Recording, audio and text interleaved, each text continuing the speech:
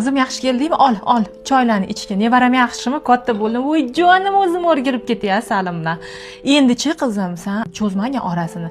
Tez-tez ketidan 2-3 tani tug'ib yuborgan. Xommi, birga katta bo'ladi. Qanaqa katta qilib qo'yganingni o'zing bilmay qolasan. Tez-tez tuqqan, xommi? Voy, oyi, nima deyapsiz? O'zi tuqqanimga endi 2 oy bo'ldi-ku. Qanaqa yana bola? Yo'q, oyi, men planimda yo'q hozir tug'ish. O'zi shundoq ham muammolarim oshib ketyapti. Har kuni har xil muammolar bo'lyapti sog'lig'im bilan. Oyijon, qanaqa qilib men yana tug'aman?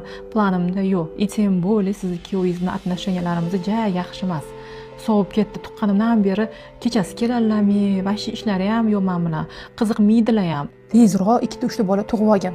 Ering keyin senni voz kechib tashlab keta olmaydi. Bolalarni tashlab keta olmaydi, ko'zi qiymaydi. O'shaning uchun tez-tez tug'ib olgan, xommi, eringni bog'lab olasan o'zingga. Voy, oyi, hozir unaqa zamon emas. Bola bilan er ushab qoladigan zamonlar o'tib ketdi, oyijon. Hozirgi erlarga farqi yo'q. 10 ta bolangiz bo'lsa ham yoqmayapsizmi? O'ziga 2-chi, 3-chi o'ynash ham topib olishyapti-ku. Bola bilan hozirgi zamonda er ushab bo'larmikan, oyi? Nima bo'lgan, tezroq et, ichim yonib ketyapti-yu. Oyi, birinchidan varikozlar bor. Ikkinchidan yosh kattalarga o'xshab aksirsam, yo'talsam, bir paytlar prosta idish tovoq yuvayotganimda ham peshob usholmay qolyapman. Hojatxonaga yetib bora olmay qolyapman. Qanaqadir g'alati-ku bu. G'alati bo'lib ketyapman. Shunaqa g'alati hidlar kelyapti mendan. Voy qizim, vohiming qursin. Hammada shunaqa bo'ladi-yu. Bizda ham xuddi shunaqa bo'lgan. Marlini qo'yib yurverasan, xommi? Hech narsa qilmaydi. O'zingga sразу bir 10 ta 15 ta qilsang, muammoing hal. Biz ham shunaqa yuribmiz-yu. Voy dod deb hech kimga jar solmaymiz-ya, qara. Siz aytganingizdek hali yana tug'ishim kerak. Men operatsiya qildiraymikin deb o'ylagan edim, mumkin emas ekan.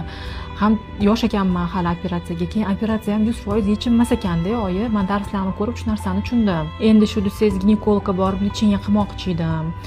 Yoki bo'lmasam bir zallarga chiqaymikin deyapman. Qanaqa qilib bu narsani bartaraf qilishim kerak-ku, yo'lini qidiryapman, oyi. San jinni bo'lib qoldingmi? Bolani kimga tashlab ketasan? Bola kichkina bo'lsa, emizuvli bo'lsa, hamma ishda o'qishda bo'lsa, kim bolangga qarab turadi? Hozircha sen bolani katta qilib olganda jimgina uyingda o'tirgan, xommi? Uying bola chaqang birinchi o'rinda. Bu narsalar hammasi yurunda o'tib ketadi. Hammada shunaqa. Oyi, endi uy, bolalarim deb o'zimni oxirgi o'ringa qo'yib qo'ya olmayman-ku. Yoki bo'lmasam mendekalar uchun uydan chiqmasdan qilinadigan qanaqadir mashqlar bormikan, oyi? Endi qizim, biz qarib qolganmiz. Ko'p narsani tushunmasligim ham mumkin.